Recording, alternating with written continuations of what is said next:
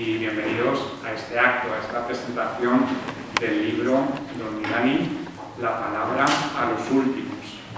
Un libro que, veníamos comentándolo antes, no es una novedad editorial, tiene justamente un año de vida en su edición en español, pero que por una serie de convergencias, de casualidades, de contingencias, hemos tenido a bien que presentarlo en este momento. Este acto es el fruto de la convergencia de varias voluntades. En primer lugar, la voluntad del Real Seminario de San Carlos, que nos acoge en esta tarde, en este hermoso y solemne salón, y la persona de don Carlos Tartar, el actual director de esta casa, quien ha tenido a bien abrirnos las puertas de esta casa, de este lugar tan emblemático de la ciudad de Zaragoza. Es también fruto de la voluntad, he de decirlo, de Antonio Moreno, que es un entusiasta seguidor de don Milani y también amigo y seguidor de José Luis. Es fruto también de la voluntad de José Luis en cuanto le propusimos su participación, como es lógico en este acto, aceptó poniéndonos todas las facilidades del mundo. Y es fruto también de la voluntad, lógicamente, de la librería Ars, en cuyo nombre hablo yo, que tiene el proyecto y la vocación de acercar pensamientos perdidos, extraviados, minoritarios, como puede ser el pensamiento de don Milani, pero que consideramos que tiene una actualidad fundamental. Les agradezco enormemente su asistencia, la respuesta a esta convocatoria, porque su sola asistencia promete que este acto será verdaderamente nutriente. Vamos a organizarlo de la siguiente manera. A continuación, Antonio, que conoce a José Luis de tiempo, pues nos presentará un poquito no solamente vamos a dejar a don Milani para José Luis, sino a José Luis, que ya he visto que es conocido de muchos de vosotros. Después José Luis tendrá la palabra, nos hablará de don Milani, de la gestación de este libro, y después, como es lógico, pues tendremos la oportunidad de hacerle pues algunas preguntas y dialogar sobre lo que este encuentro nos sugiera. Antonio. Yo no presento a Corzo porque es que le conocéis todos.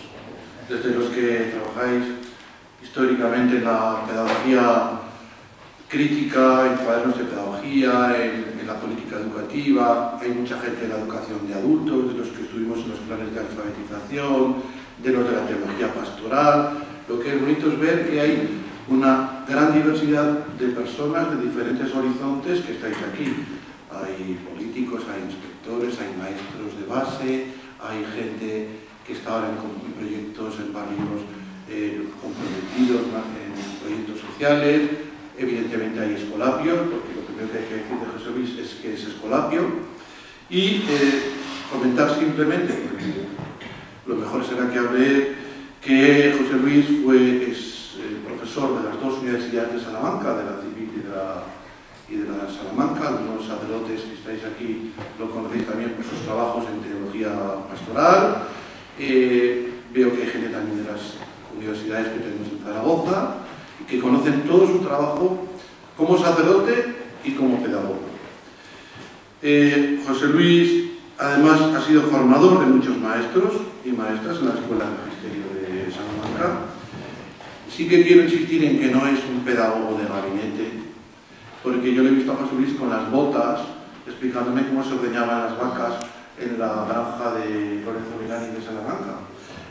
Y le vi, luego lo cuento, porque déjame terminar, más impulsivo que yo. Le he visto también en la Casa Escuela Santiago I, en la planta baja, haciendo una clase, dando una clase con los chavales de esa escuela, cuyo baremo es el que más suspensos tenga, el que menos dinero tenga, el que se haya expulsado del instituto. Esos son los que entran con más puntos en la Casa Escuela Santiago I. Y le he visto dar una clase de lectura de prensa, que él dirá por qué, la lectura de prensa, y yo cerraba los ojos y veía a don Milani, porque incluso muchas mucha gente dice, es que físicamente también se parece a don Lorenzo, si ves la foto un poco se parece a Milani. Ha sido columnista en Vida Nueva, teólogo del Instituto Superior de Pastoral de Madrid, fundador del movimiento milaniano, tuvo mucha importancia todo su trabajo en los movimientos de renovación pedagógica, ha dado multitud de charlas. Recordamos viniendo que una de las primeras que dio en Zaragoza fue aquí en la Concepción Arenal, en el plan de educación de adultos que empezamos hace unos años, cuando vino a hablarnos de otra cosa que él citará, de la escritura colectiva y del uso de la prensa. O sea que... Y luego, es que hablar de Corzo es hablar de Milani es hablar de Corzo, porque él fue el que ha sido la memoria de Milani en España. Pero sí que quería compartir una cosa. Yo soy maestro de cuarto de primaria y sí que querría al final de la tarde que podamos reflexionar, aquí también maestros, ¿verdad?, de todos los niveles, qué barbianas tenemos hoy en la actualidad, porque sigue habiendo barbianas. En mi clase hay 24 niños de 12 nacionalidades, pero salgo de mi cole y enfrente mismo hay un colectivo que lleva toda la vida, 40 años, ha celebrado hace poco el CODE, trabajando en el barrio de las Delicias, haciendo alfabetización, ahora español para inmigrantes, graduado escolar para adultos, y toda la vida han estado ahí, pero es que siguen estando ahora con jóvenes que se caen del sistema, porque se siguen cayendo jóvenes del sistema, como pasaba con los alumnos de Barbianas. Solo quiero subrayar, porque la palabra es de José Luis, que nos ayude a recuperar la figura de Milani. Los maestros jóvenes de mi colegio, los que están en prácticas, los alumnos que hay ahora en los grados de educación, ninguno ha oído hablar de Milani. Ya nadie habla de Paulo Freire, nadie habla de pedagogía liberadora, nadie habla de para qué sirve la escuela, o qué fines tiene, o qué papel. Porque ahora estamos con los indicadores, los estándares, como todas esas cosas, ¿verdad? Y ya, hoy les he preguntado a IDEA, a los jóvenes del cole, ¿has oído hablar de la escuela de Barbiana? Nadie ha hablado. Entonces, querría que la presencia de José Luis nos sirva para, como cristianos, como comprometidos en la escuela, como creyentes o no, pero siempre comprometidos en el cambio de la sociedad, recordemos la figura de este educador que llegó a ser educador porque era sacerdote. Nos contará José Luis un poco su itinerario y que no olvidemos esta doble dimensión y sobre todo que nos dé pistas de cómo reactualizar el mensaje de Lorenzo Milani, que en realidad, como aragoneses y el que es Escolapio, también es un poco recuperar la figura de Calasanz, que recordáis que en el 17 en Roma se enfrentó a la pobreza del Trastevere y la realidad de esa pobreza le hizo convertirse en educador. Y es un poco también el itinerario que nos dirá José Luis de don Milani. Entonces yo creo que lo mejor es que le escuchemos y que nos cuente desde su último libro, que hoy ha hecho una crónica en el Heraldo Escolar, Jesús Jiménez, magnífica, se lo agradecemos, que nos ayude, pues repito, a recuperar esta imagen de don Milani. Sabéis que don es el nombre propio de los sacerdotes en Italia. Don Milani es Lorenzo Milani, sacerdote y educador. Porque mal que les pese algunas corrientes, parece que se les olvida que Milani primero era sacerdote, luego educador, o las dos cosas, no sé. José Luis nos lo aclarará.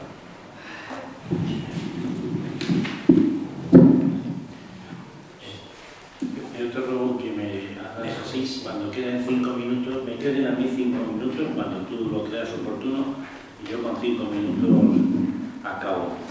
Yo, lo primero, que estoy muy contento de volver a Zaragoza y a Aragón. Siempre he venido aquí muy contento y tengo muchos más amigos de los que soy capaz de recordar, pero luego van saliendo. Quiero saber rápidamente quién es la esposa de Paco Bailo.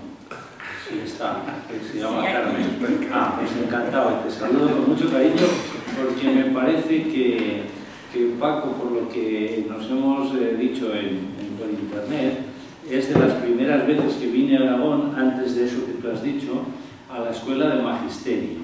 Y fue celebérrimo, y los alumnos míos de Salamanca, con los que siempre iba de un lado a otro, cuando me invitaban a dar una charla, siempre la condición era poder ir con chicos, que era la manera de que ellos viajaran, etc. pues se quedaron muy impresionados de las discusiones que tuvimos con los jóvenes estudiantes de magisterio. Era otra época, yo creo que estoy hablando del final de los 70 o primeros de los 80, no le quiero poner más años a tu cosa de los que tenga, pero en aquel momento era muy distinto de lo que acaba de decirnos Antonio, porque huían las escuelas de magisterio en un interés enorme por saber distinguir cuál era la verdadera tarea de las escuelas. Eso probablemente pues, ha pasado. El último número de la revista Educarnos, que fielmente seguimos editando desde hace 18 años, 4 números al año, es trimestral, pues el último número se titula Avert, Vert es el nombre del ministro, pero dicho así deprisa es a ver con los ojos, a ver qué pasa en la escuela. Que el ministro se ha enamorado y se ha ido a París y ha dejado tomar Napoleón. Pues así empieza el editorial. Y en ese sentido da mucha pena que ahora venga el señor Marina, que todos respetamos muchísimo, como faltaría más, a plantear la gran cuestión que estaba sin resolver, la cuestión de cómo formar a los maestros y cómo formar al profesorado y a ver qué es eso del curso de adaptación pedagógica con la que un licenciado en biológicas pues pasaba a ser el profesor para toda su vida en un instituto. Este desastre de España, que tiene salones tan bonitos como este y librerías tan ágiles que son capaces de presentar un libro, aunque ya esté un poco pasado de la novedad, de la última novedad, cosa que agradezco mucho al director de la editorial. Y rápidamente quiero corregir un pequeño error que él ha dicho, es crónica y por lo tanto no tiene la menor importancia, pero yo le enseñaría cómo ir a la sala de ordeño de la escuela agraria Lorenzo Milani y cómo se ponían las vacas y cómo se ponía el vaquero, porque yo ordeñar no creo que te haya enseñado, porque yo nunca lo supe. Y esto es parte sustancial del asunto. Solo te diré que en unas navidades me dejaron solo, porque yo quise que todo el mundo se marchara a celebrar la Navidad con su familia, y me quedé solo con las vacas y yo, y los cerdos, pero los cerdos dormían. Pero las vacas una tenía que parir, y podía suceder que pariera aquella noche, y así fue. Y yo estaba solo, ella y yo. Y me dijeron que no la dejara mamar de la vaca, sino que le diera yo de los rostros y todas esas cosas, y claro, no lo resistí. Le dejé al ternero, que cuando ya por fin salió, yo como un tonto, delante de la vaca, empecé a aplaudir. Esa es mi experiencia pecuaria, muy intensa, porque hacía los piensos del ganado, servidor, que eso era fácil, con el papel, echaba y todo me cae. Bueno, había bastantes vacas y bastantes cerdos. Fue una experiencia bonita que comenzó en 1980 y sigue todavía. Si vais por Salamanca, allí no hay Izuel. Mira, es que estoy tan emocionado que aquí tengo dos compañeros de curso, Gregorio Landa, pero fíjate tú y Andreu, pero bueno, esto es impresionante. Si me haces ya lo de los 5 minutos, yo voy a darles un abrazo. Bien, pues vamos rápidamente al tema.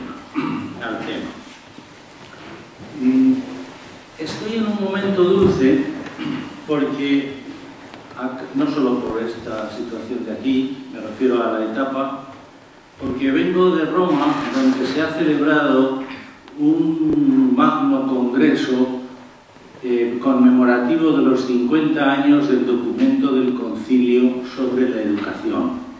Se llamaba Gravissimum Educationis. Es un documento que nació con voluntad de ser una de las constituciones del Concilio y se quedó ni siquiera en decreto, sino en mera declaración. Muy breve, con solo 12 números, 12 párrafos, de los cuales los 3 últimos hablan de la universidad y casi no se les da importancia, así que 9 números. Pero yo lo he estudiado mucho porque he terminado como profesor de teología pastoral y me interesa mucho la teología de la educación, de la que casi nadie habla, y es muy importante en el mundo de la pastoral, etcétera, etcétera. Bueno, El momento dulce se debe a que el congreso en cuestión, organizado por la Sagrada Congregación, ahora se llaman simplemente congregaciones, no sagradas, pero se llamaban así, la Congregación para la Educación Católica, pues organizó este congreso a base de 3.000 asistentes, yo creo que estábamos, o por lo menos 2.000, más de 2.500, y con grandes comunicadores o ponentes o lo que ustedes quieran, y fue un peñazo terrible en el que yo confirmaba la intuición que tengo durante muchísimos años de que todos hablamos de lo mismo, todos hablamos de educación, pero la palabra es equívoca.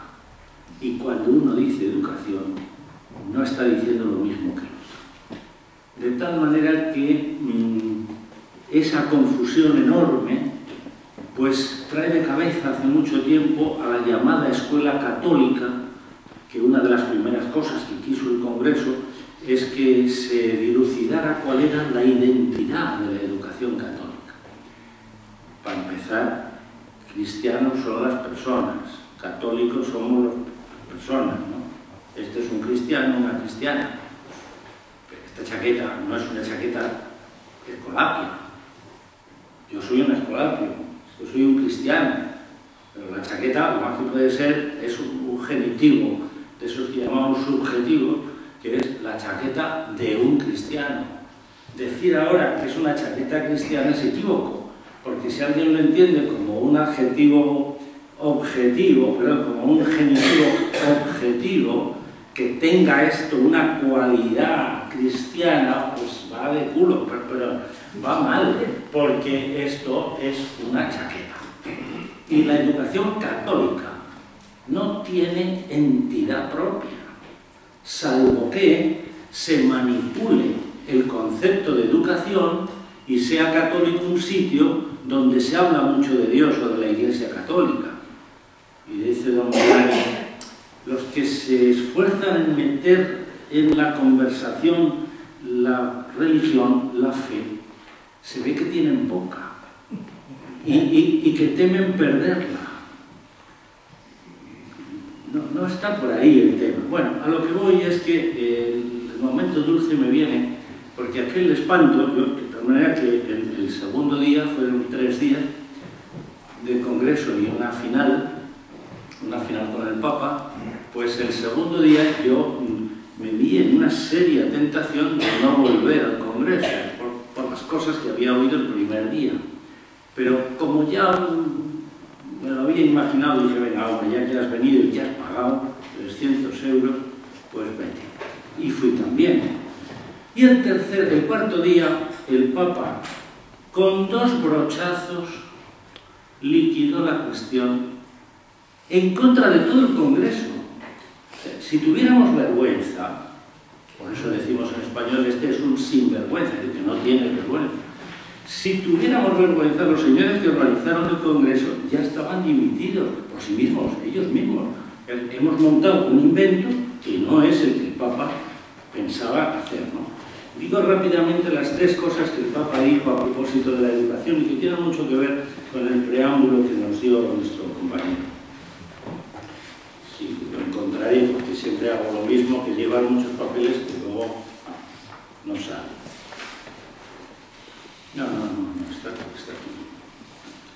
Está aquí, perfecto. El Papa dijo, primero, la escuela huele a dinero.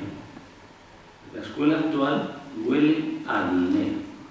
La gente lleva a los chicos a la escuela para que saquen buenas notas, se coloquen bien en la universidad y en los trabajos y ganen. Por eso la escuela huele a exclusivismo, a exclusión. Muchos caen, muchos fracasan. Primera verdad apolítica, eso no hay quien lo diga, todo el mundo estábamos de acuerdo, ¿no?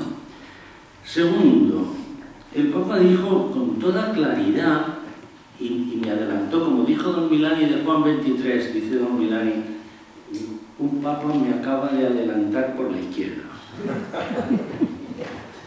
El Papa le adelantó a él por la izquierda. A mí me acaba de adelantar un Papa por la izquierda. que es Francisco. Porque yo nunca he dicho a los escolapios que cierren los colegios del centro y que se vayan a la periferia.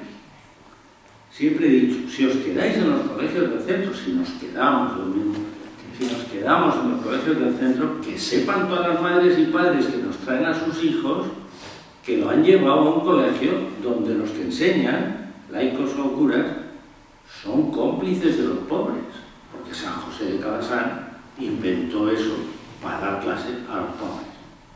Punto final, queridos hermanos escolapios, incluido Jesús Elizari, que debe ser autoridad.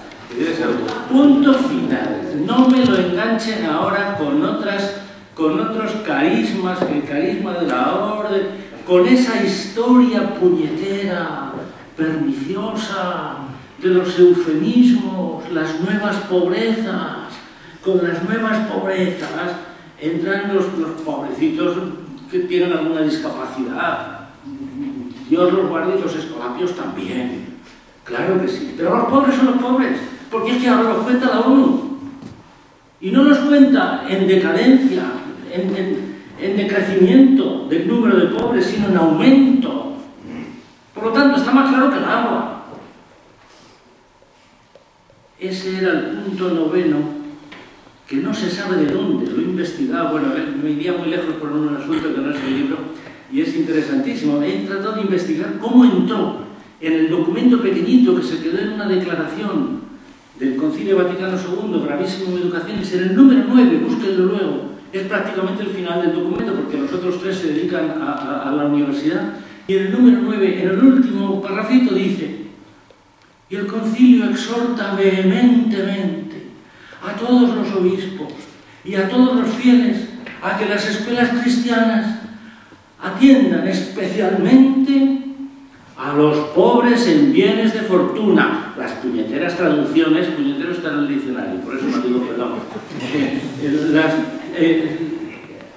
A los pobres en bienes de fortuna. Las puñeteras traducciones dicen a los carentes de bienes de fortuna. Que no carentes ni las nuevas pobrezas. Pobres. Es que hay muchos. Es que la Caritas no da abasto. Bueno, a los que les falta el amor familiar, huérfanos, sin familias, familias destruidas. Y tercero, a los que están lejos del don de la fe.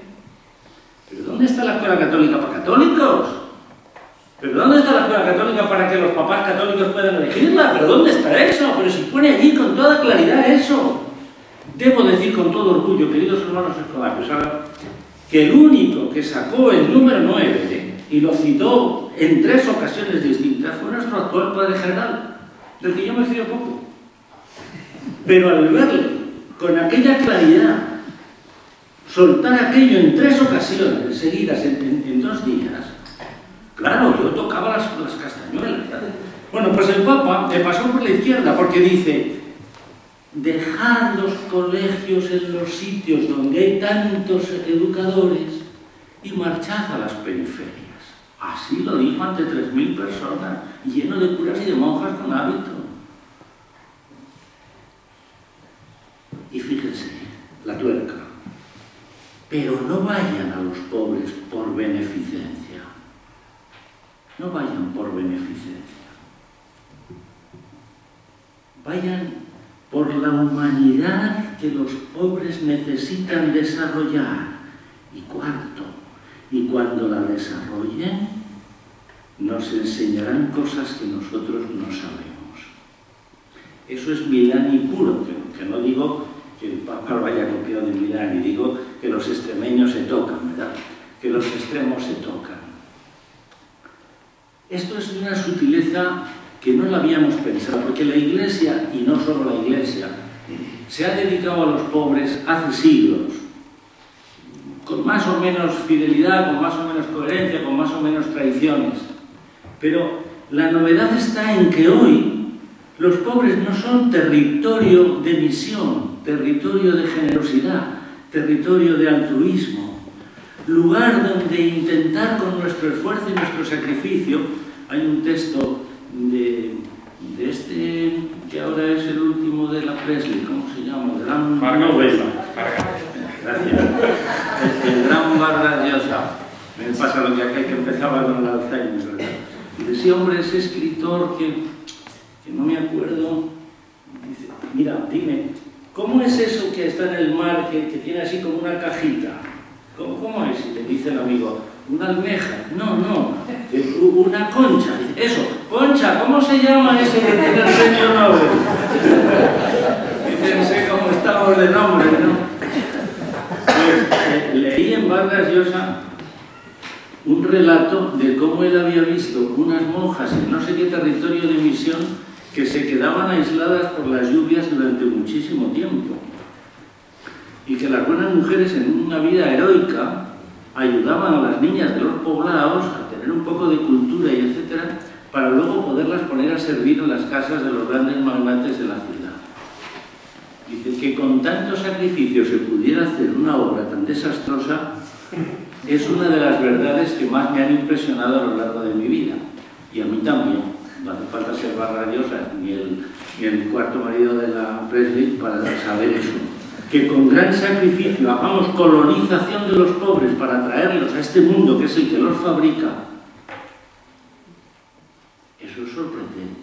La gran novedad de Milani, lo que está en el cogollo de su libro, de su primer libro, conocidísimo. Bueno, primer libro conocidísimo, el primero es otro, que es Carta a una maestra, es precisamente que ellos dirán lo que nosotros no sabemos.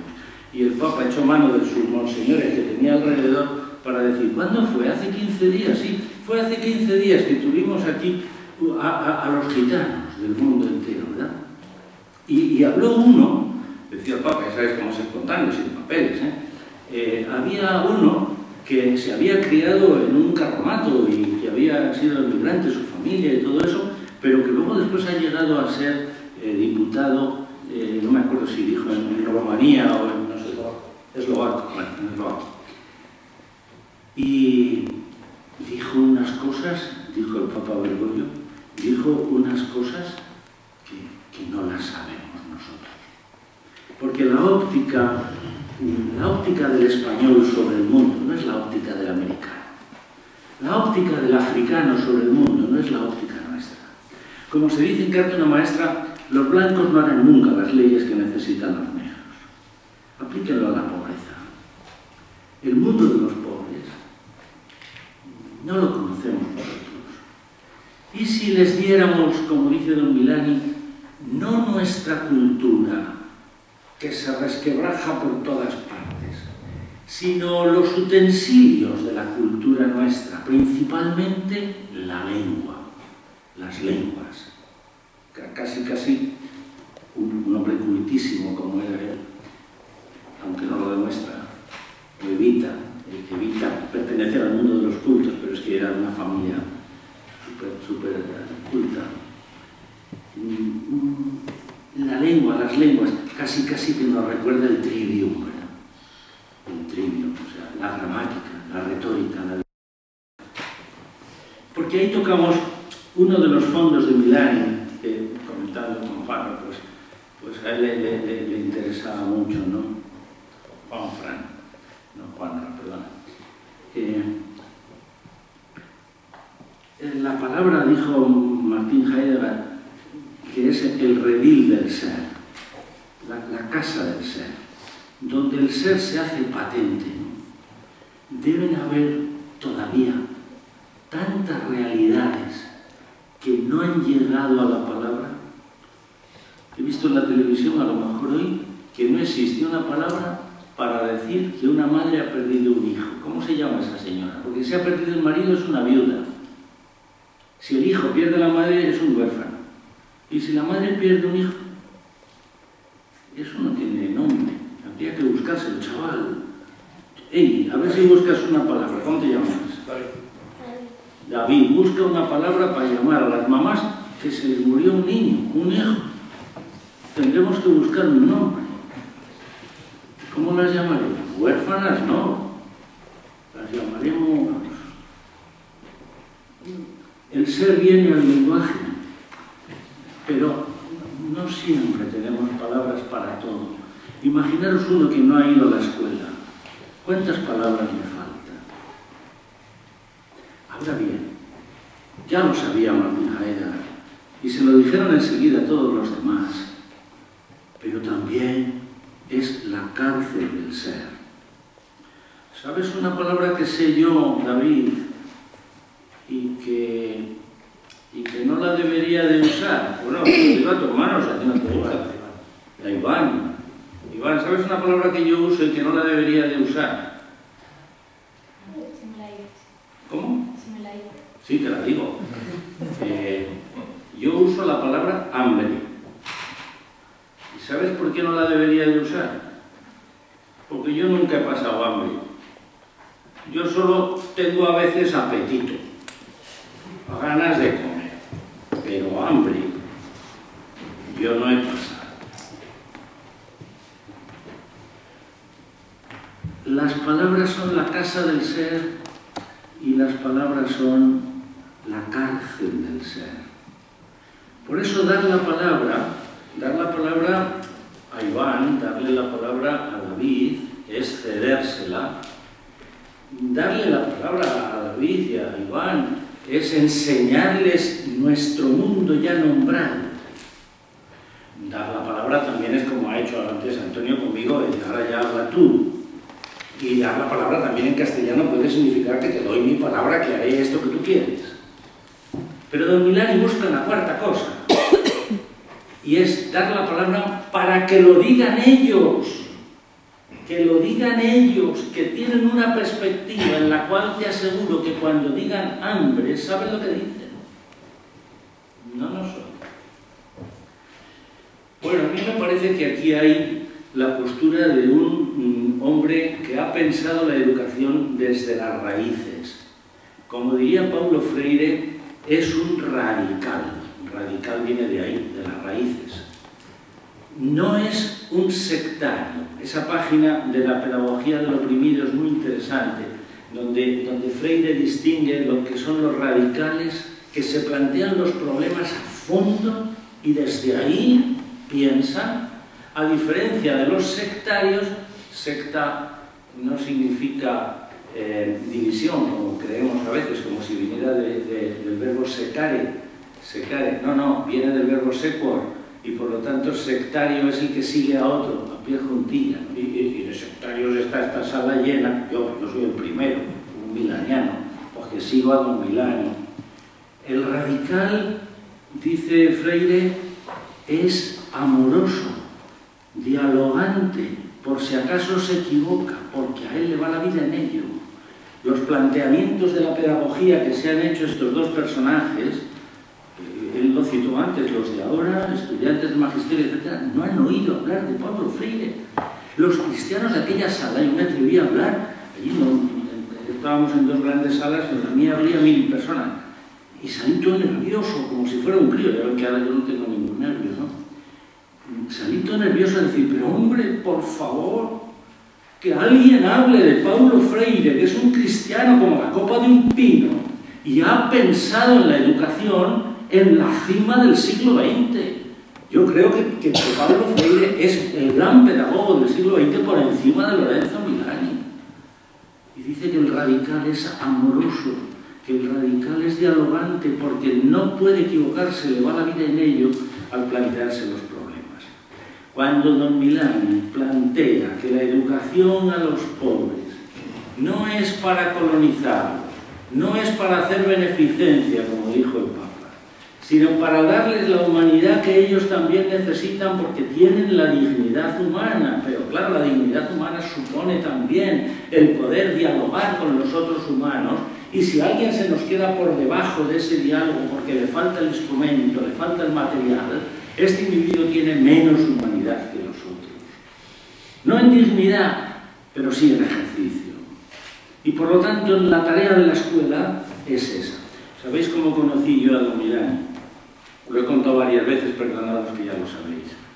Me echaron de una escuela en 1969-70, el curso 69-70, yo estaba en un descabellado destino al que me mandaron los religiosos de mi orden, como maestro de jóvenes en el SIR, Studentato Internazionale Romano.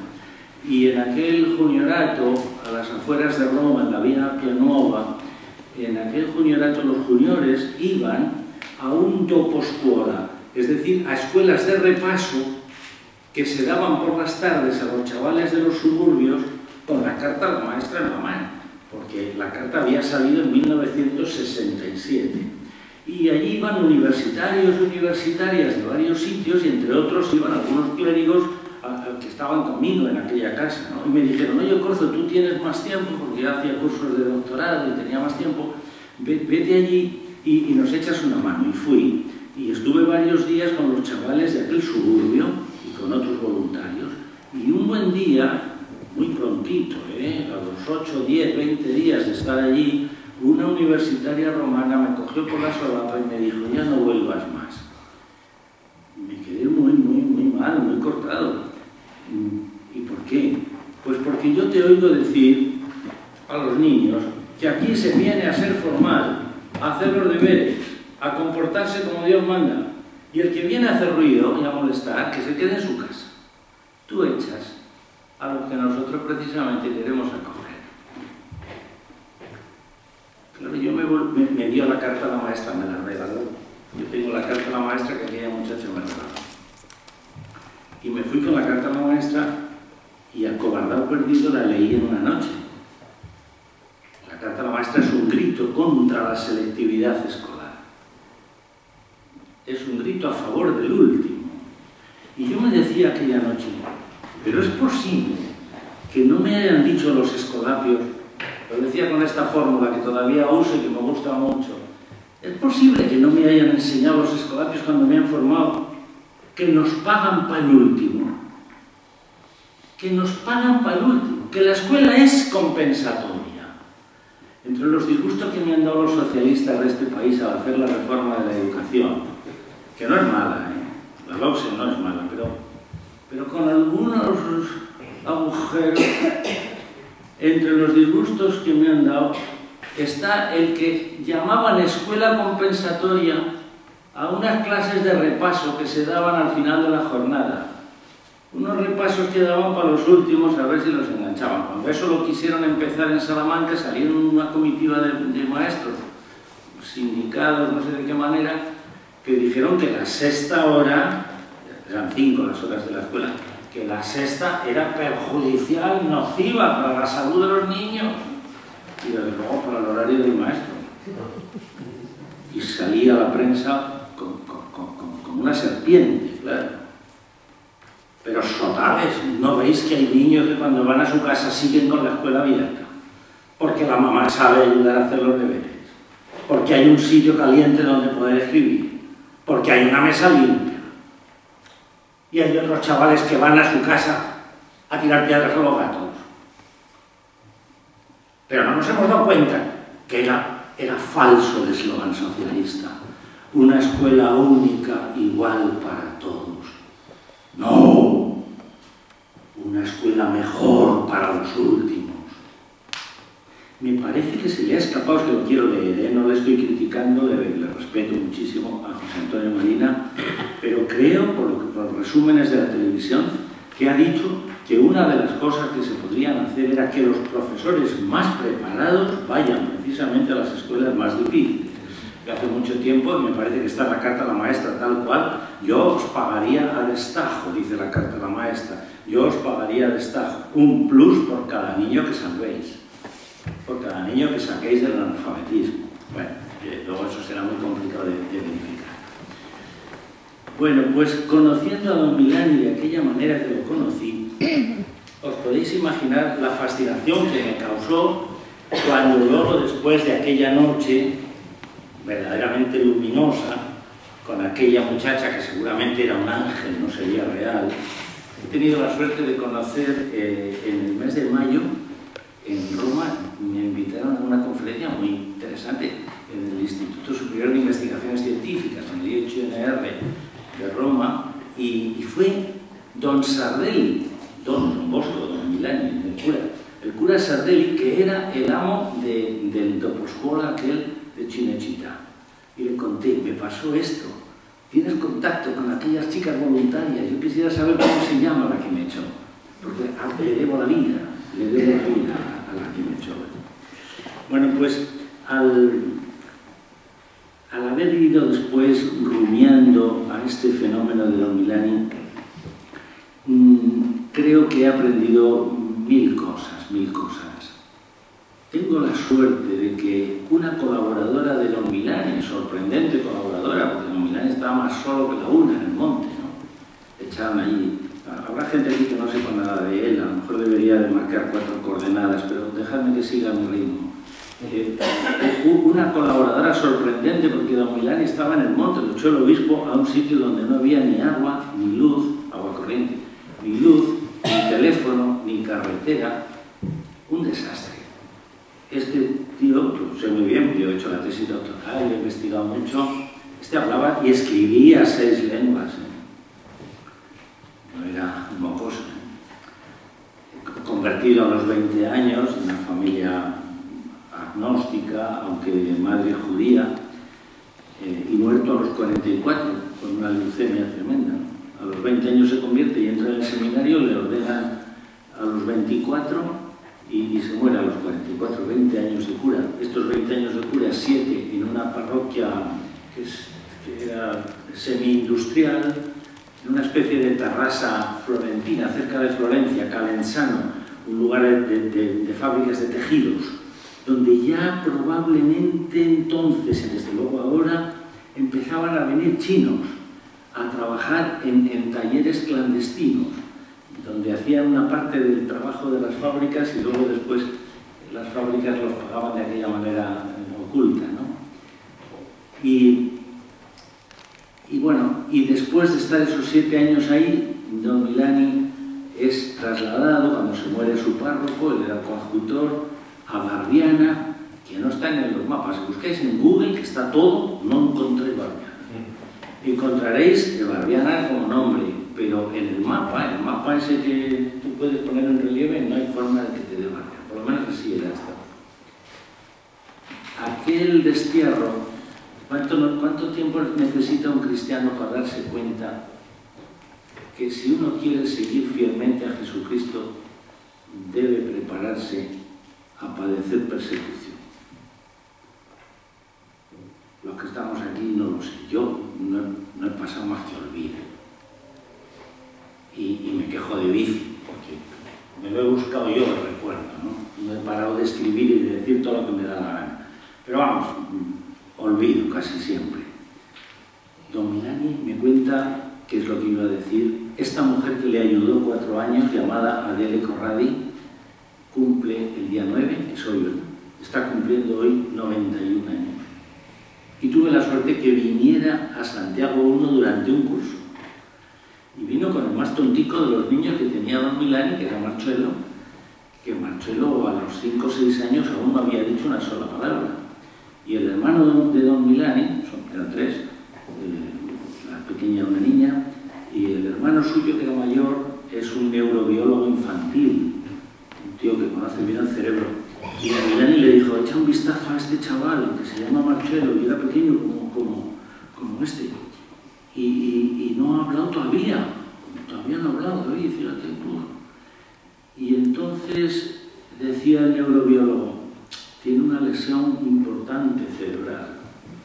Dice Don Milani, a mí me parece que tiene hambre, que este ha pasado mucha hambre.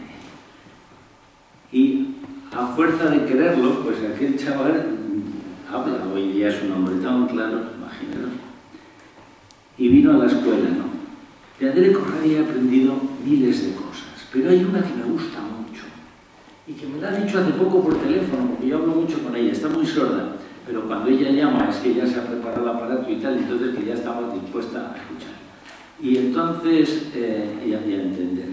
Y me dice, no, pero lo de Don Milani no es una propuesta, lo de Don Milani es una respuesta. Pero si hay que empezar por ahí, las escuelas no pueden ser todas iguales, tienen que amoldarse como un tanque de esos que van pegados al terreno, ¿verdad? Cuando el terreno sube y baja, el tanque va y sube y baja, pues tienen tienen que amoldarse a la realidad. Estaba yo viendo ya que esto se ponía final, gracias. Pues acabo enseguida, Miren, el libro que estamos presentando, que no lo hemos sacado a reducir, se llama Don Milán y la palabra a los últimos. El título ya lo he explicado. La palabra a los últimos, no por conmiseración, que era lo que decía el Papa, sino precisamente por eso, ¿no? Porque ellos tienen otras cosas que decir y que nosotros tenemos que escuchar. Eso, en el libro de experiencias pastorales, que es el que yo me compré a la mañana siguiente de aquella derrota que me echaron del Dopuscola, me compro el libro de Don Milán y experiencias pastorales y me advierten que el libro lo ha retirado del Santo Oficio. Lo ha retirado de las librerías y ha prohibido la traducción. Y digo, pero ¿cómo? Si aquí hay un prólogo de 20 páginas de un arzobispo. Y tiene el Nihilostat de un cardenal, el cardenal de Florencia, Elia Dalla Costa. ¿Cómo es posible? Sí, han dicho que es un libro inoportuno. Se llamaba Experiencias Pastorales. El día 10 de mayo, aquí está, sí. Bueno, yo lo traduje al castellano en 2 ocasiones. Esta segunda estoy orgullosísimo porque está en la BAC, en la Biblioteca de Autores Cristianos. Y está este libro aquí, gracias porque me viene muy bien. Entonces, el día 10 de mayo de 2014, el Papa en la Plaza de San Pedro hace una audiencia con la escuela italiana, pública y privada. Hay mucha más escuela pública que privada en Italia. Y sorprendentemente pone de ejemplo a Don Milani. Esto no había sucedido nunca, al contrario, los alumnos de Don Milani estaban escribiendo al Vaticano constantemente para ver si era posible que retirasen esa condena sobre este libro. Bueno, pues en esas fechas, entonces ya por fin le han quitado la condena, pero yo lo pasé por la Biblioteca de Autores Cristianos y el libro aquí está. El libro termina, no sé si lo podréis ver, con un manchón de sangre. El libro termina con una palabra sin acabar y con un manchón de sangre, y debajo, escrito a mano, pone: esta sangre no se ha de venerar, no es sangre de mártir. Pero evidentemente es sangre del autor del libro, que no lo ha podido terminar. Y va precedido de una dedicatoria a los misioneros chinos que vendrán a la Toscana y a Italia a predicar el cristianismo dentro de 1000 años. Así que en 1958, que es cuando el libro se publica, este tío en el 58 del siglo pasado ya se ve venir que esto se acaba. Y que van a venir los chinos, y los venezolanos, hondureños, hondureñas, venezolanas, chinas y africanas y africanos a llenar nuestros conventos o a reponer lo que a nosotros nos falta. Y los colegios de mi provincia se han decidido a buscar vocaciones ahí cerca, en Indonesia. Esto se lo veía venir en el 58 Lorenzo Milani. Y les escribe una carta reservada, secretísima, a los misioneros chinos, y con ella termino. Para que vean si puede hacer la pedagogía española lo que está haciendo con Don Milani. Demasiado cura. Todos estos santones de la pedagogía española, podría citar unos cuantos nombres, os los ahorro, que no le citan nunca al puñetero. No lo citan nunca, y cuando citan las cartas a una maestra. Mentira, carta a una maestra, se la han debido de leer por el forro. Pero grandes santones de la pedagogía, los que escriben en cuadernos de pedagogía y muchos más. A Don Milani no se le cita porque no se le ha entendido ni se le ha leído. Porque vean esta carta. Queridos y venerables hermanos, chinos que vendrán dentro de 1000 años, queridos y venerables hermanos, ¿Seguro que no vais a comprender cómo antes de caer no hayamos nosotros puesto el hacha en la raíz de la injusticia social? No hemos cortado la injusticia social. Ha sido el amor al orden el que nos ha cerrado. Pero a las puertas del extremo desorden os dirigimos nuestra débil excusa, suplicando que creáis en nuestra inverosímil buena fe. Aunque si no habéis mamado como nosotros junto con la leche errores seculares, no nos vais a comprender. Fíjense en esta frase, yo la llevo metida en el corazón, aunque si soy sincero con Iván y con David, ¿verdad? Si soy sincero con ellos dos que me han servido de interlocutores, tengo que decir que no solo uso mal la palabra hambre, Iván, sino voy a ser sincero, solo contigo, estos que escuchan, pues allá ellos. También uso mal la palabra pobre, porque yo no soy pobre. Bueno, pero fíjense en esta frase. No hemos odiado a los pobres. Desde 1954 a misioneros chinos.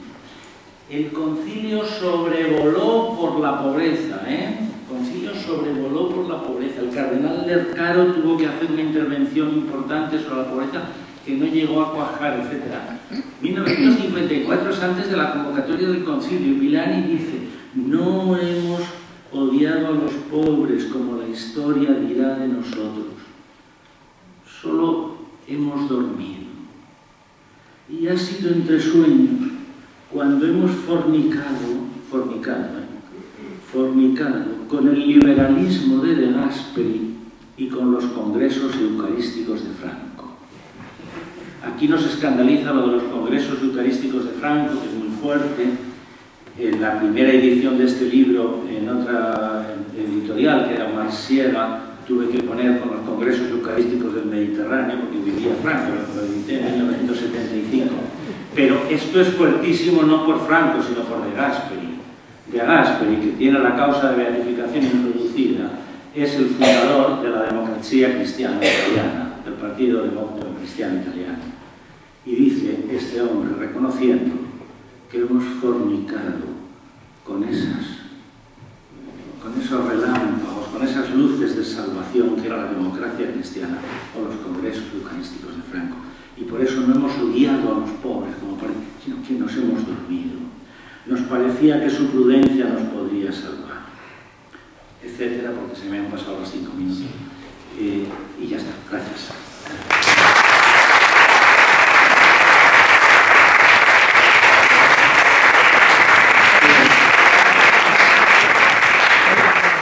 Rápidamente, quien no haya tenido experiencia previa de Don Villani, los del Instituto Munier editan nuestra breve biografía que es perfecta. La última edición que ha hecho referencia José Luis de Carta a una maestra, la tenéis fuera también. Hay que decir, yo no corrijo al maestro, que Carta a una maestra la escribieron 8 chavales como Iván, un poco más mayores, pero la escribieron 8 chicos, y era una carta a la profesora Spadolini, que era una profesora de magisterio, yo por ahí profesores de magisterio, que habían suspendido a los chavales de Barbiana que querían ser maestros y los echaron. O sea que los chavales iban, los chicos también. Y también muy importante a una mamá que veo, ellos dicen, esto no es una carta a los profesores, sino a los papás, para que se organicen. Eso lo dicen los chicos de Barbiana. Y comentar una cosa que me hace muy graciosa. Yo sí quería hacer referencia a que el incómodo Villani, que dividió a Italia, ¿verdad? Unos a favor, otros en contra, participaron en el debate Padre Balducci, Pasolini, apasionante ese momento. Quería terminar con el golpe de efecto con una frase. Amo la escuela porque es sinónimo de apertura a la realidad. Al menos así debería ser, pero no siempre logra serlo. Y entonces quiere decir que es necesario cambiar un poco el enfoque. Ir a la escuela significa abrir la mente y el corazón a la realidad, en la riqueza de sus aspectos, de sus dimensiones, Y nosotros no tenemos derecho a tener miedo a la realidad. La escuela nos enseña a comprender la realidad, un poco lo de los textos y los contextos de Paulo Freire, ¿verdad? Ir a la escuela significa abrir la mente y el corazón a la realidad. Papa Francisco. Papa Francisco, y a continuación dice... Papa Francisco dice, esto lo enseñaba un gran educador italiano, que era un sacerdote. Don Lorenzo Milani, como ha dicho Corzo, lo dijo el Papa el 10 de mayo del 14. Le citó con eso, sí, le citó con ese preámbulo que era ir a la escuela significa ver la realidad, que es Freire, ¿no? No hay que enseñar a leer unos libros, hay que enseñar a leer la realidad primero. Pues Luis, yo no te quito la palabra, sino sencillamente introduzco nuevos interlocutores. Claro. Si es el momento de poder responder, usando esta hermosa imagen de Corradi, a tu intervención de esta tarde, con alguna pregunta, algún comentario que queramos compartir. Así, 10 minutos. Antonio. Yo no hago ninguna pregunta, solo os digo lo a gusto que me encuentro y lo privilegiado que me siento, no solamente por lo que acabo de oír aquí, sino porque aquí hay un especialista y un conocedor directo, que él no lo va a decir, pero lo digo yo, de Freire. O sea que aquí se está juntando realmente algo que a mí me está dando escalofríos. De gusto. Gracias, Antonio. Se llama Fausto, no sé si lo conocéis. Sí, acaba de salir Fausto. Gracias. Antonio Calvo Sáenz, que es nacionalista cristiano, defensor de Munier en estas tierras, con otro equipo que hay por ahí. ¿Algún comentario? Andreu, por favor. Aquí, evidentemente, si se quiere seguir esta pedagogía, este modo de enseñanza, pienso yo, entonces, los grupos tienen que ser reducidos. O sea, no puede ser esta masificación de colegios de 1000 alumnos, sino seguramente trabajar con grupos mucho más pequeños, ¿no? Bueno, ya pasas directamente a los métodos de Barriana.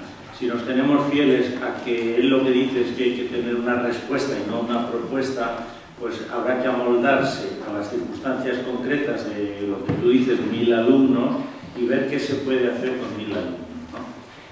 Por ejemplo, don Milani utiliza algunas técnicas como la lectura de las noticias, ¿no? Que significa siempre dos cosas.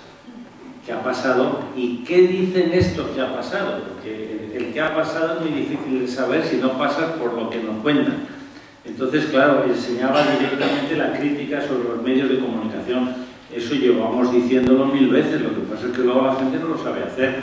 Los buenos socialistas hicieron un programa de prensa en la escuela hace una serie de años que fue muy interesante. Yo colaboré muchísimo ahí con los sectores del ministerio, porque era... ¿Sabes lo que hacían los maestros?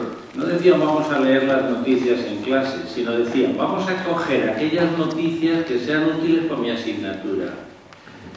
¿Hablan de Afganistán? Bueno, pues cuando yo de Afganistán tengo un recorte y lo llevo.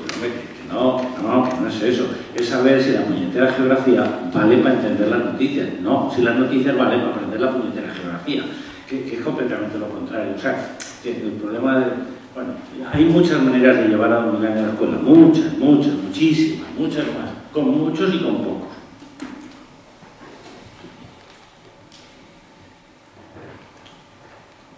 Pilar. Es que me da miedo plantearlo. Pilar, que es maestra. No, a ver, hemos hablado un poquito de la escuela pública y la escuela privada. Yo, por supuesto, sin muchos años de la profesora de la pública, pero con muchas relaciones personales, de amistades, profesionales con la privada. Ha nombrado las escuelas del centro, los colegios del centro. Yo conozco bien el caso de Zaragoza porque es donde me he movido casi siempre. Los colegios religiosos, en su mayoría concertados, los que se han mantenido en el centro de la ciudad, salvo a lo mejor diría uno, que realmente, o un poco más, pues se han mantenido efectivamente en el centro de la ciudad.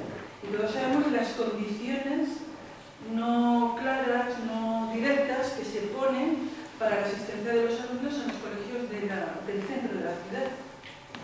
Los que se han ido fuera, recuerdo también los casos concretos, se han ido a un entorno donde no hay alumnado posible. Por lo tanto, no han entrado las cuotas de reparto de alumnado, porque son transportados con los coches, con los consiguientes gastos que no permiten tampoco que los alumnos pobres, voy a decirlo con la misma palabra porque además puedan asistir a esos centros.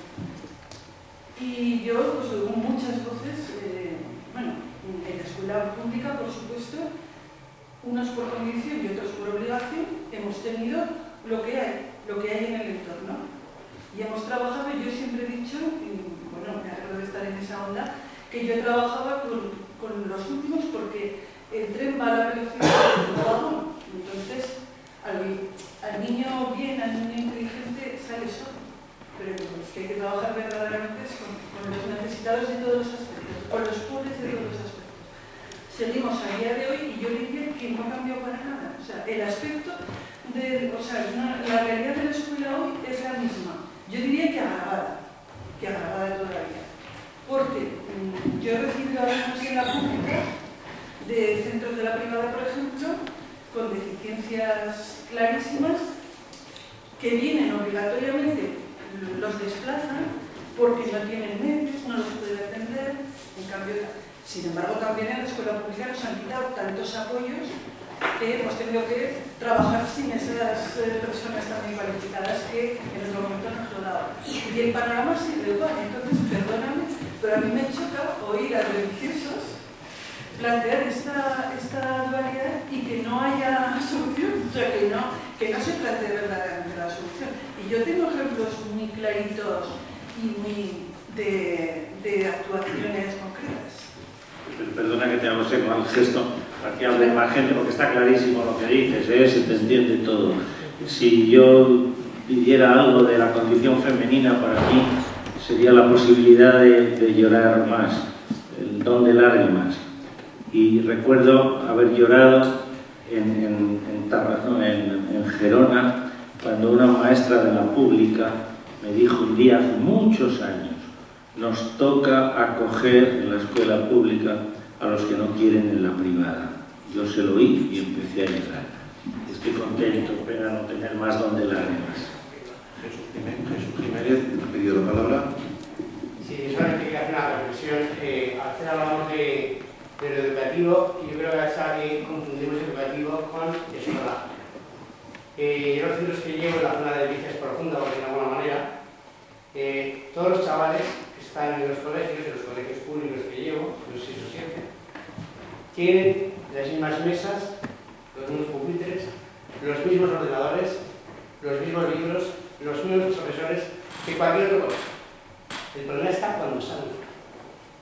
Cuando acaba lo escolar, a partir de las 4 de la tarde, no tienen nada en casa, no tienen ni calefacción. Viven en las Delicias, no tienen muchos ni para comer, no tienen a padres que les pueden echar una mano. El problema de algunos padres que tenemos es que sí que les echamos una mano y que a lo mejor están con la maquineta, no tienen maquineta y si acaso tienen televisión. ¿Qué estamos haciendo en las Delicias? En la zona de Delicias estamos con 10 ONGs trabajando justamente para eso, para que puedan hacer los deberes, sitio donde los chavales pueden hacer deberes, donde pueden verse, donde pueden pasar un rato y están hasta las 7 de la tarde, por lo menos no pasan frío. O sea que ya es mucho, que ya es mucho. Entonces yo creo que sí que está haciendo experiencias y que quería diferenciar lo que es lo escolar. A veces en la escuela evaluamos los estándares de la repera, ¿no? Yo creo que evaluamos, seleccionamos lo que queramos, y es lo educativo. Yo creo que la escuela no solamente está para aprender matemáticas, está también para formar personas. Y además, en este igualdad que nos plantea, que algunos en muchísimo tiempo, que la tenemos muy interiorizada, yo creo que se está trabajando y que también incluso de la propia administración se está echando una mano a muchas de estas cosas. Gente que altruistamente desde ONGs, pero también la propia administración y los propios maestros que se ponen en contacto con los voluntarios que van, y algunos de esos voluntarios son maestros juntas, se ponen en contacto, pues ahora estamos hablando por este tema de sociales, que repasases, que no sé qué. Yo creo que están haciendo cosas y creo que son cosas muy interesantes. Es una reflexión, es una pregunta. No estoy de acuerdo contigo, no digo nada más. Merche, yo quiero hablar también.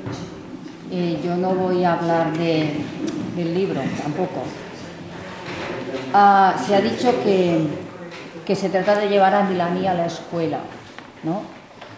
Y yo lo que digo es que se trata de llevar a Milani a la vida, porque hemos hablado aquí solamente de educación, pero que Milani, como tal, es inagotable para aprender, pero para vivir.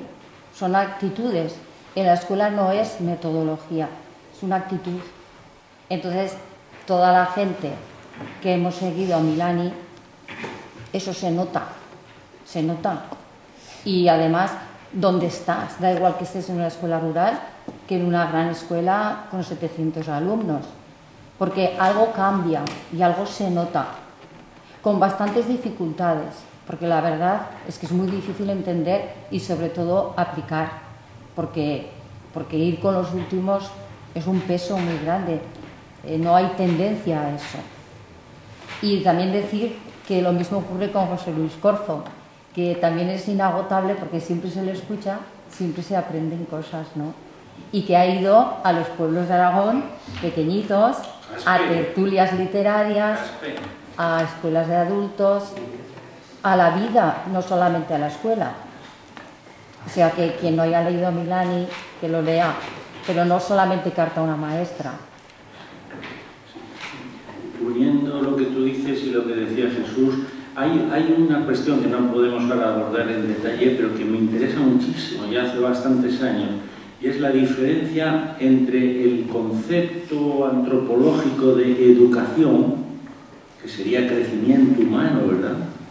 Hay personas muy educadas, todos conocemos que son analfabetas, y hay personas muy instruidas, muy mal educadas, pero no en el sentido de que meten los dedos en la sopa, sino en el sentido de que son personas desestructuradas, poco... Esos dos conceptos son distintos. Yo creo que una de las virtudes de Milani es que él con la escuela, que es sobre todo para enseñar, y que desde luego debe ser distinta según son distintos los alumnos, porque no puede aprender igual un chico que luego en su casa tiene lo que nos decía Jesús que el otro. Bueno, pues una de las virtudes de Barbiana es que con la escuela, que es para enseñar y para aprender, acercarse a esa provocación del crecimiento humano, que es una cuestión de relaciones. ¿Cómo se relaciona uno con lo que aprende? Para empezar, hace falta que lo que aprenda sea interesante. Y para seguir, hace falta que la primera relación que se tiene en la escuela, que es con el maestro, sea una relación de amor. Si luego me dejaran un minuto, haría una cita en italiano tan bonita que la entenderán hasta los que saben chino y nada más, que es la lengua del futuro. Ahora hay que ir a cenar, pero si Juanra me dice que me deja, yo solo quiero añadir una cosa. En la escuela de Barbiana, yo no soy anglófono, había un cartel que ponía Anca. Es lo que no hemos conseguido. Significa que los chicos dicen, me interesa, me implico, me gusta. Es que ahora los chicos pasan de todo, ¿no? El menefrego italiano, ¿no? En cambio, la ICAR es que me implico, que esto me interesa. Y deciros que hay por ahí unos números de Vida Nueva atrasados que llevan el pliego de Corzo sobre los 50 años de la Gravissimum Educationis, que ayer recordáis que fue el 50 aniversario de la clausura del concilio. Comentaros especialmente a los clérigos que el libro de experiencias pastorales está ahí fuera y la introducción de Corzo que esté presente es magnífica, que mejora a la anterior de Marsiega. Y como maestro, aunque lo de Pilar me ha parecido una buena reflexión, Milani habla de la escuela con mayúsculas, no entra en la confrontación, pero es cierto que él atendió a los que la pública instrucción italiana expulsó, es decir, él recibió a los que no entraron en el sistema, ¿no? Pero don Lorenzo evidentemente optó por los los pobres, por los marginados y por los excluidos. Y sigo reivindicando su condición sacerdotal. Carta a una maestra tiene su prólogo en experiencias pastorales. Y vale la pena releerlo, y lo que he dicho al principio. Descubramos los barbianas que tenemos hoy. Y Milani respondió con la escritura colectiva, la lectura de la prensa, los viajes, el inglés, con discos, pero dio respuestas frente al determinismo educativo. Sobre la confrontación pública y privada, yo llevo muchos años diciendo a los obispos siempre que puedo, y no soy nadie, pero escribo y demás, diciéndoles que tenemos más católicos en la pública que en la privada, que no podemos ser solamente de la privada, que no se puede estar siempre defendiendo la privada. Hay que salir a la calle con la marea verde a pedir una escuela pública mejor dotada, porque ahí tenemos más católicos que en la otra, pero ni eso he conseguido. Sobre el libro, que es lo que veníamos a presentar, un detalle importante es que este libro se ha publicado primero en italiano, porque me lo pidió una editorial italiana, y después ha salido en castellano. Pero ha salido en castellano porque tiene la ventaja que, aunque no es detallado en la biografía de Milani, que también la resume, tiene la mitad de páginas para textos de Milani que son más inalcanzables en español. Por lo tanto, aquí tenéis una antología en la parte segunda del libro que es muy interesante porque os encontréis con el individuo, no conmigo. Tres cosas, solo para concluir. La primera lo ha contado Antonio, pero lo aclaro un poquito. La revista que teníamos sobre las mesas es un ejemplar de hace 3 semanas de Vida Nueva, en el que aparece un pliego a propósito del cincuentenario de Gravísimo en Educación, el documento del Concilio sobre la Educación, que es escrito por José Luis. Le pedimos precisamente a los de PPT que si nos podían enviar estos ejemplares atrasados, y lo han hecho. Quiero decir, es un regalo, llévensela para poder leer, no lo que, bueno, léanse la revista si quieren, sino el pliego sobre educación, que es lo que verdaderamente merece la pena. Segunda cosa, publicidad. Esta actividad se enmarca dentro de una serie de actividades que se llevan a cabo desde la librería, que, como decía al principio, tiene la vocación de poner en contacto ciertos pensamientos minoritarios. Hoy nadie habla de los Milani, como mencionabas, pues con la sociedad. Con este acto yo creo que por lo menos hemos salvado una deuda moral. Avisarles de los próximos actos que tenemos.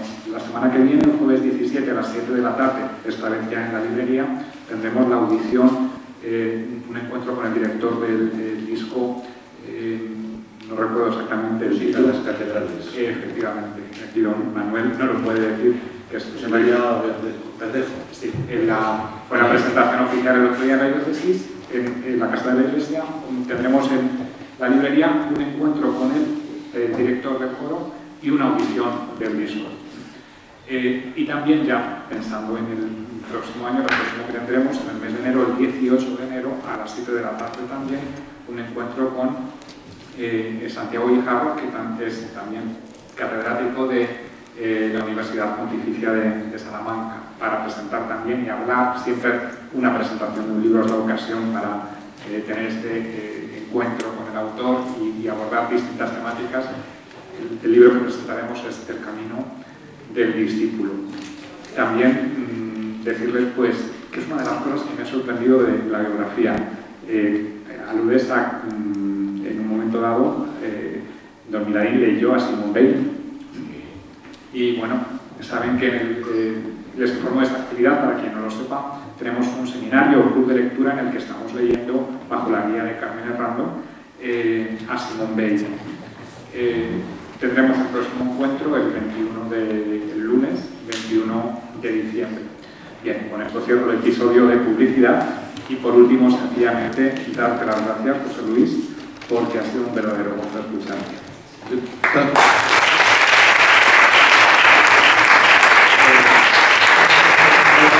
Gracias a Carmen Tarcá, que ha abierto este espacio, la diócesis, ¿verdad? Que también es el vicario general, espacio tan desconocido para los zaragozanos, tan así, ¿verdad? Tan este abolengo, a dos niños que han venido, que tienen también su palabra, y una frase que firmó Corzo Dixit el 7 de diciembre del 88, cuando vino a presentarnos a los educadores de adultos la escritura colectiva. Por eso vine a Zaragoza el 7 de diciembre del 88, hace nada, donde me encontré a mis anchas. Esperamos que te hayas encontrado a tus anchas. La cita italiana. Ah, la cita italiana.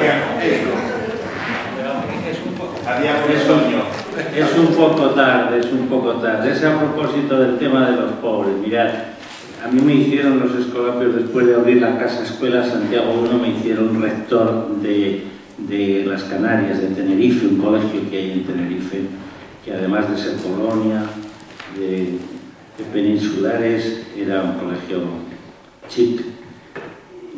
Yo dimití enseguida, a los 3 meses. Me habéis mandado a arreglarle el tanque al enemigo. Y estando allí vino un telegrama de un padre misionero italiano que estaba en África, en Senegal, y venía y hacía escala allí y ya no se quedaba porque había escolapios, y me escribió un telegrama diciendo que llegaba, era padre Escarcela. Y yo como rector y con un coche que tenía muy bueno, un Taunus, pues le llevé por la isla para ver aquellas maravillas. Y hablando le dije, pues estoy esperando que me cambien, soy ahora el rector, pero me van a cambiar porque he abierto una escuela en Salamanca hace 2 años sobre Don Milani. Dice, ¿Don Milani? Y yo tengo una carta suya. ¿Cómo que tienes una carta? Sí, le escribí y me contestó. ¿Dónde tienes la carta? Dice, en la maleta. Con el coche fuimos a buscar la carta. Yo ya no quería saber otra cosa. Y la carta le respondía a una pregunta que le había hecho Don Milani. ¿Y si me mandan a dar clase a un sitio de ricos? Y Don Milani responde. Creo que se entiende muy bien, pero después puedo resumirla. Se mi facessero far scuola ai figli dei ricchi, objetaría. Perché non si può far scuola senza amare? Non si puede dar clase sin amare. E non si può amare un bambino senza amare la sua famiglia. E non si può amare la sua famiglia senza amare il suo mondo. Ma il mondo dei ricchi bisogna non amarlo. No se puede dar clases sin amar, no se puede amar a un niño sin amar a su familia, no se puede amar a una familia sin amar su mundo, pero el mundo de los ricos no se puede amar. Es preciso objetar antes de enamorarse del primer niño de ricos que te caiga en las manos. Esto lo he dicho en español, pero es italiano. Sono talmente convinto di questo che le dico, estoy de tal manera convencido de esto que le estoy diciendo, che considererei pervertito un sacerdote che avesse fatto scuola 20 anni ai figli dei ricchi senza diventare un reazionario. Estoy de tal manera convencido de estos principios que le digo que yo consideraría pervertido a un sacerdote que hubiera dado clase 20 años a los hijos de los ricos y no se hubiera convertido en un reaccionario. La palabra reaccionario, ¿sabes dónde la sabe? Del Pepe. Es una traducción libre. Que no es política, es una traduzione. E sono talmente convinto di questo che le dico che considererei pervertito un sacerdote che avesse fatto scuola 20 anni ai figli dei poveri senza diventare con loro un alleato fino all'estremo consentito dal quinto comandamento, que no se hubiera alineado con ellos, con los pobres, hasta el extremo límite que permite el quinto mandamiento, que es no matar. Esa brutalidad de carta es otra casualidad que me hizo comprender de alguna manera que las cosas de la educación, no solo de enseñar matemáticas, ¿no?, sino las cosas de la educación van en serio. Tan en serio como escribió la Congregación para la Educación Católica, a la que antes he puesto verde, en 1977, en un documento que se llama La Escuela Católica, 1977, 12 años después del concilio, y dice: a veces la Iglesia tiene que dar clase a los hijos de los ricos, sobre todo en países donde no hay subvenciones. Esto le preocupa mucho a la Iglesia, porque se expone a dar un contratestimonio. Porque, dado que la educación es un medio eficaz de promoción social y económica para el individuo, si la Iglesia la ofreciera exclusiva o preferentemente a miembros de una clase social ya privilegiada, contribuiría a robustecerla frente a la otra en un orden social injusto. Y la Iglesia ofrece su servicio educativo, en primer lugar, a los que carecen de los pobres, a los huérfanos y a los ancianos.